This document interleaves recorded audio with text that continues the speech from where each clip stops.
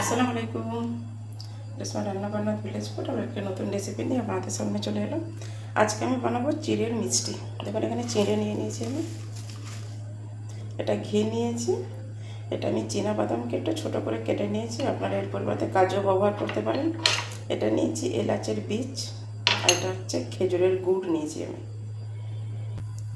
গ্যাসটা অন করে দিয়েছিলাম, এবার আমি ঘিটা দিয়ে দেবো।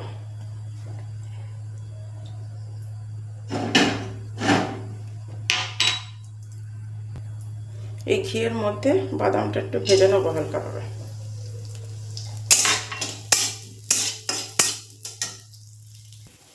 দেখুন বাদামগুলো ভাজা হয়ে গেছে, তুলে নেবো এগুলো।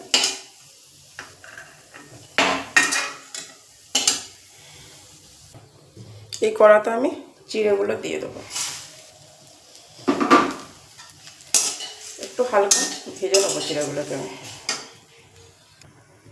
দেখুন চিড়েটা আমি হালকা করে একটু ভেজে নিয়েছি, এখন ভাঙা হয়ে যাচ্ছে হাতে করে। চিড়েটা আমি নামিয়ে নেব।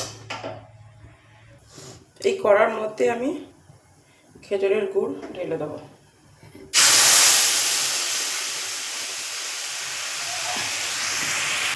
এর মধ্যে এলাচের বীজটা আমি দিয়ে দেবো। এটা একটু চিট চিট মতো ভাব আসবে, একটু চিট চিট মতো হবে, তারপরে তো আমি চিড়েটা দেবো। দেখুন হালকা চিট এসে গেছে। আমি এটা গুড় দিয়ে বানাচ্ছি, আপনারা চিনি দিয়েও বানাতে পারেন। দেখুন একতার এসছে, বুঝতে পারছেন। এবারে আমি চিড়েগুলো দিয়ে দেবো এর মধ্যে।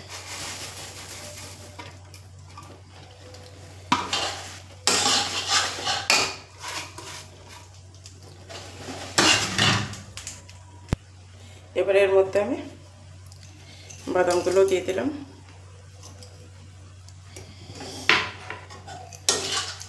একটু নাড়াচাড়া করে নেবো এতে।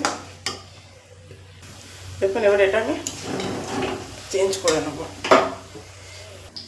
দেখুন হাতে একটু আমি ঘি বুলিয়ে নিয়েছি, একটু গরম গরম অবস্থাতেই একটু গোল গোল করবেন, ঠান্ডা হয়ে গেলে হবে না।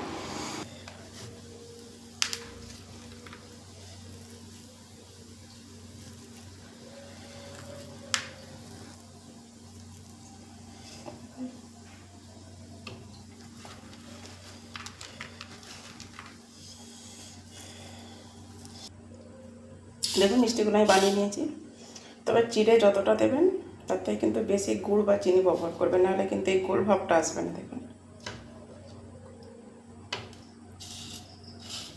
অবশ্যই বাড়িতে ট্রাই করবেন, কমেন্টে জানাবেন।